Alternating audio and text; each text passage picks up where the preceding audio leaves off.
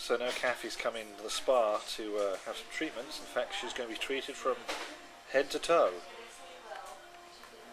It's at the back of the ship, actually, just underneath where she was in the hot tub. But I've got to take her swimming costume back to the room, so I'm just going to have to wait for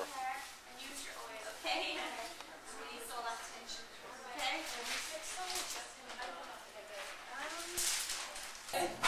Okay, she's going to get a reflexology, foot massage, and then she's going to have her hair done. I told you, head to toe.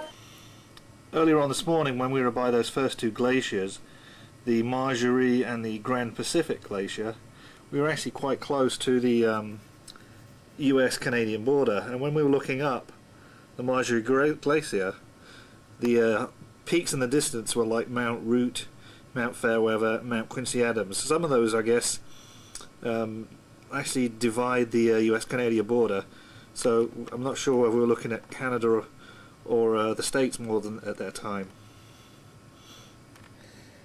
And then later on in the afternoon we cruised down Tar Inlet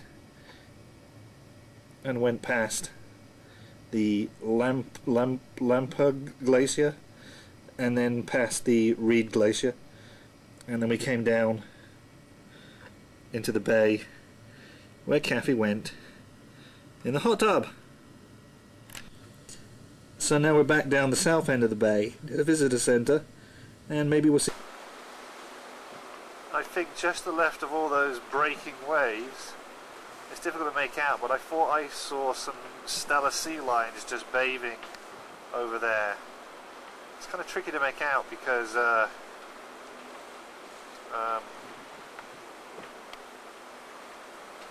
not moving if they're really there. But hopefully I've got something on film there, on the video rather. Just try and get it really still and zoom in. Here we go. Am I really seeing sea lions? Maybe not.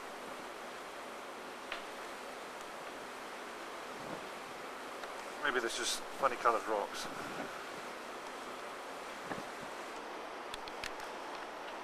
Oh no, they were definitely over there, because afterwards I saw one of them move, get up and roll away.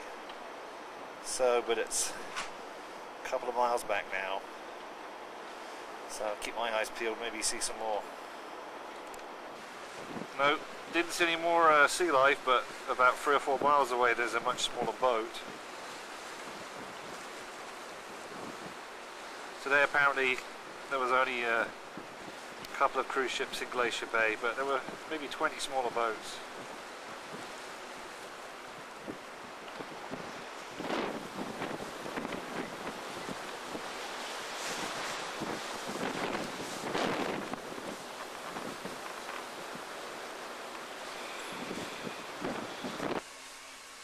So while I've been freezing my butt outside taking pictures of stellar sea lions, she's been taking it easy here, reading, I don't know, some woman's magazine, Allure or something, waiting to have her hair done.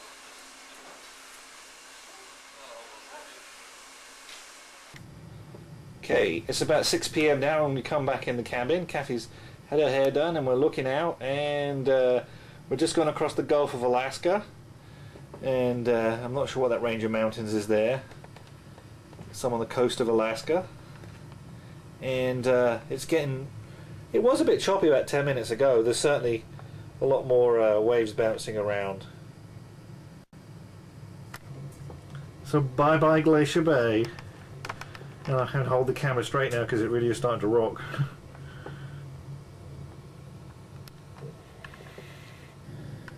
We looked at our Glacier Bay map and we think that's Mount La Perouse, which is about 10,000 feet.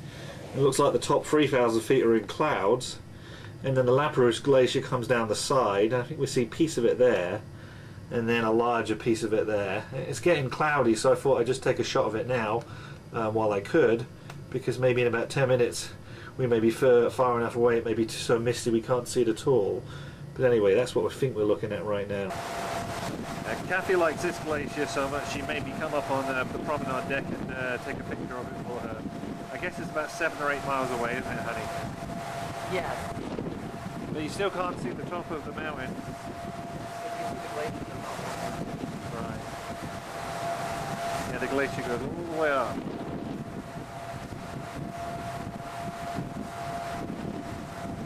And the ship's really bouncing up and down now, so I'm sorry if this is a shaky picture. Best I can do. Yeah, it looks like we have one or two glaciers here. Maybe it's all part of the same glacier. And over. It goes up pretty high there as well.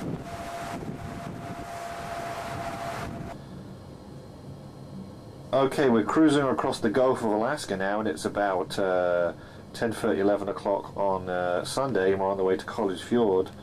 And I guess that's some kind of a lighthouse there on a point which is probably about a couple of miles away, and it's pretty misty this morning, and we're in our cabin right now, and Kathy's just gone and had the hot stone massage.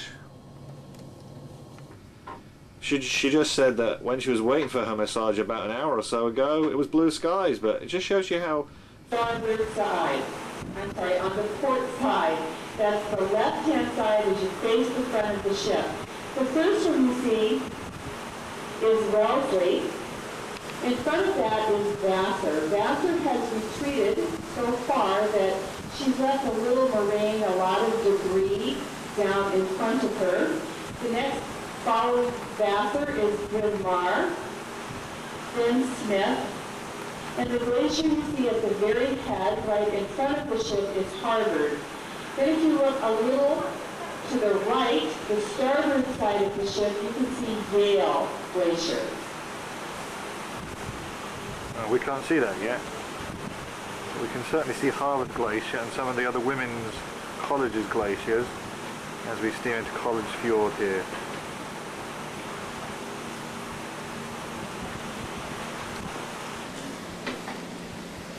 And here's some people from LA that are on our table at dinner. He's got a, I think, an 8 megapixel digital camera.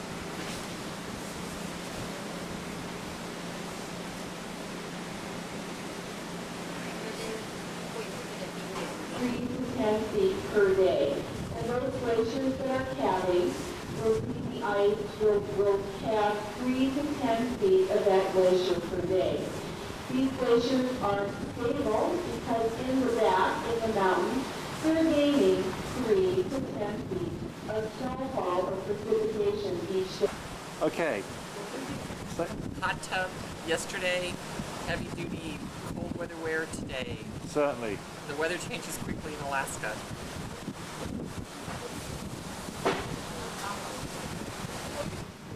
Yeah, we don't know what this one's called, so we'll call it Glacier, of course, a glacier.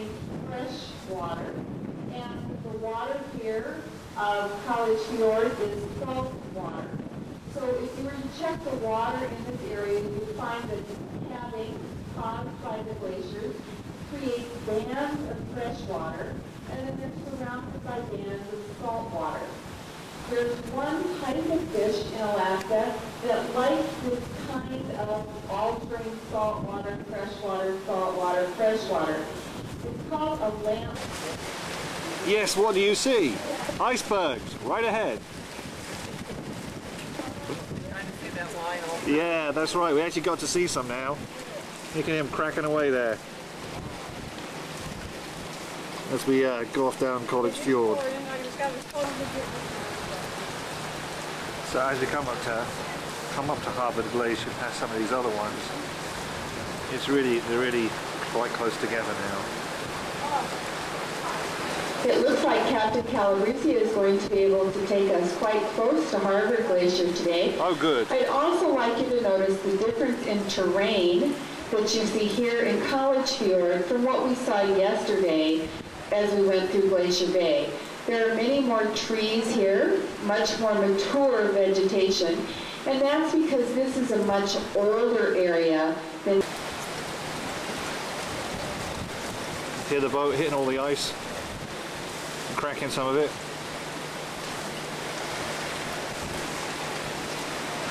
And we're getting some quite nice reflections now of the mountains and the glaciers in the water. And you can just see that in front of the bow wave. Kathy's just trying to capture this this kind of shot on the camera right now of you know, the light's just right to capture a reflection, so you get this symmetrical effect. It's very dangerous to take a ship too close to a glacier because you don't know where those shooters are located or when that glacier is going to calve from underneath the water line. If those of you are going to... Okay, on this side we've come a lot closer to the shore, and starboard side. yes, this is the side that our cabin's actually on. Of the tidal wave created by the earthquake. So yeah, this is a nice colour water over here, right, Kathy? Yes, very pretty. Okay, and also on this side you can also see we're going up to Harvard Glacier. We got sidetracked too often. And should we actually hit an iceberg, then Kathy's standing underneath what would actually rescue us. One of the lifeboats. That's one of the propellers on the lifeboats. Watching too much Titanic. I guess so. Yeah, we came back on the port side to see some more of the glaciers. It was pretty around the other side, but we're after the glaciers today, right?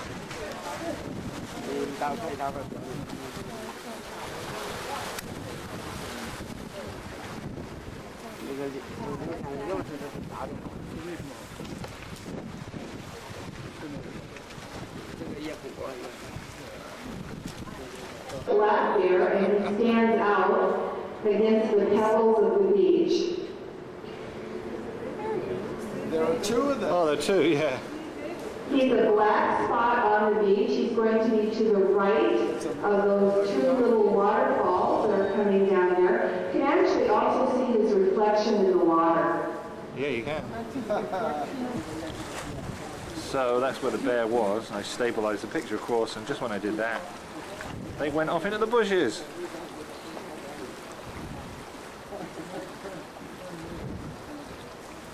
Because it is pretty far away from there to the ship.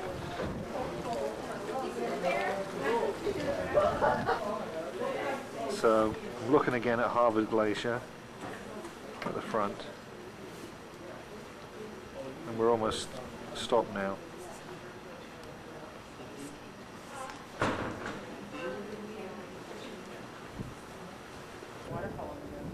Some of the icebergs are certainly getting bigger around here. If you look, you just start seeing them. Yeah. If we get lucky, we might get to see some carving.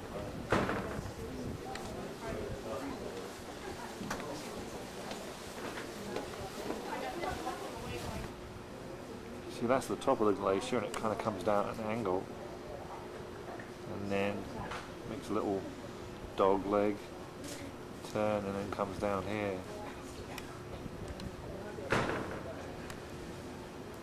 Where it meets the water. And little icebergs get formed.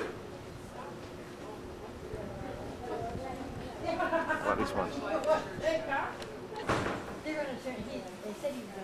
I think if the ship was to actually hit that iceberg there, it probably would do some damage, considering that they say that 7/8 of it is underwater. So it's probably like really that big. I think this one here is about the size of our house. Yeah, it's about house sized.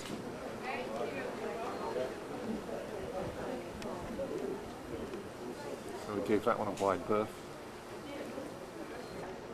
Yeah, I didn't realise this one's actually quite long, maybe twice as long as our house. And You're kidding. I think so. And it's pretty deep too, I'm sure. Right now, the Sun Princess is about 1/4 of a mile from the face of Harvard Glacier. Captain Calabrese is going to turn the ship such that the port side, and that's the left-hand side as you're facing the front of the ship, That's us. faces the face of the glacier. So he's going to turn the ship so that the left-hand side faces the front, the face of Harvard Glacier. And up way high above the glacier you can just see some peak poking through the clouds here. That must be several thousand feet up.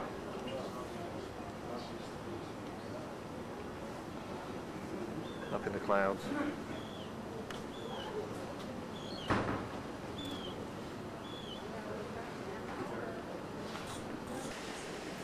Yeah, so we're just doing a few maneuvers now. Pushing the boat to the right, so our side gets to see the glacier. Oh, there. No, that's happening. Did you get it? I think I might have got the end of that one. You can probably certainly hear the sound of it. I guess it was about half a mile away. Passengers know Captain Calabrese has just ordered that one of the boats be lowered in this picture. Oh, there's quite a nice one. Oh, you really hear that one. And that was the characteristic sound we call white thunder. Oh yeah.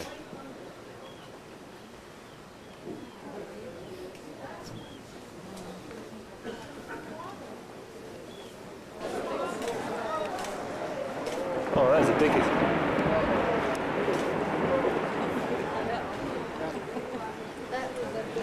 Yeah, that was definitely the biggest chunk we saw so far for sure. Oh, look at that. It's rolling around there at the bottom. Yeah, look at how big this glacier is. Looking from the front all the way at the back. You're going to be at the front.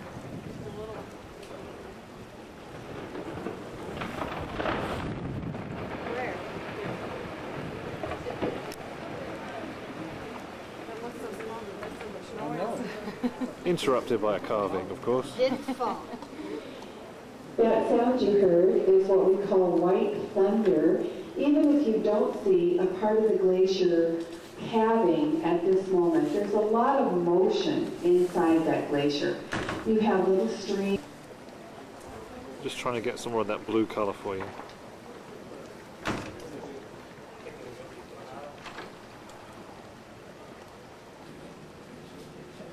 Guess somebody leaned too far over taking photos.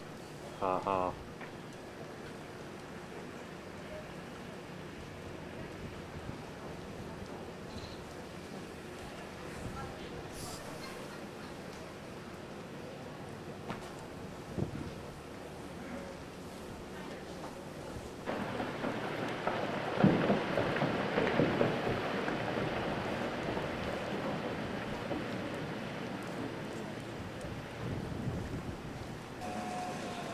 Come on, honey, wave at the cameraman for me. No, wait down. We can get together. Oh. No, get together. Okay. No, he's actually not rescuing a cameraman. He is a cameraman. Just going on the side here, photographing people, looking at Harvard Glacier. More bucks for Princess, probably. So that one, that was the biggest one yet, definitely, by far. And of course, it was just when Kathy was persuading me to change decks. Never mind. Oh yeah, oh by the way, and Dave was also at Harvard Glacier as well. Well, that's because he was so busy videoing that he didn't get to get on the video until the very end. So there's little Kathy over there. I'm going to do something I very rarely do, a 360. We're at the back of the ship now. It's kind of turning to get away from the glacier. And this is pretty much what you see all the way around the ship. Captain Calabrese is going to reposition the ship such that the starboard side is facing the glacier. So those of you who would like to move, we are going to put the starboard side, that's the right-hand side, as you face the front of the ship. You're going to turn the whole ship around for a photo op? That's what they're doing. You paid for that starboard balcony. You really want to get your money's worth, don't you? chip So give them off a wave. the ice. Just wait, wait. So there you go. I did a 360 for you. And now, she's come back. They just said that, like, we're about as close as we're going to get. People on the stern are as closest to the glacier as we're going to get today. So, I'm sure people haven't gotten this close for a long time. I thought we were going to run aground, we were so close. yeah. So they're all back here. Yeah, you can almost like reach out and touch it, can't you? Thank you. Show them first. Oh.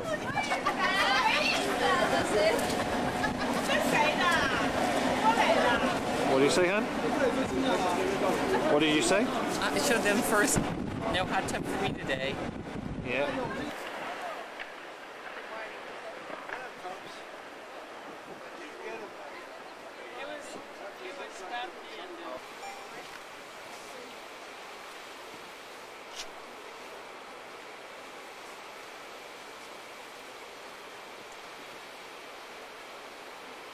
I'm sure there's a piece over here that's going to break off any day now. Any minute. I mean, it's like, it's got such a huge crack there. I mean, it's like, it must be about 10 stories high or something, right? But like, there's probably a few people who have got the camera trained on it for hours. But it's not going to fall. We were waiting for this one. It's got a big crack in the side, you can't see it. Well, we're back to Bear Beach. Previously the bears were over there somewhere. But I guess they don't want to show themselves right now. Pretty sure they're pretty much around there somewhere earlier on today. Oh, that's nice. Just for me, she actually put the hood down. She looks much better like that, doesn't she? And we're just sailing out of College Fjord now. I can't remember what that one was, but it's one of those college fjords.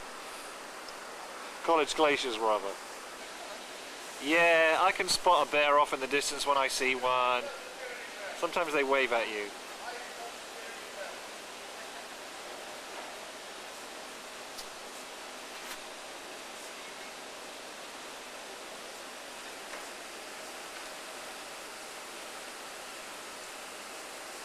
And there's no wind now, so this is really nice.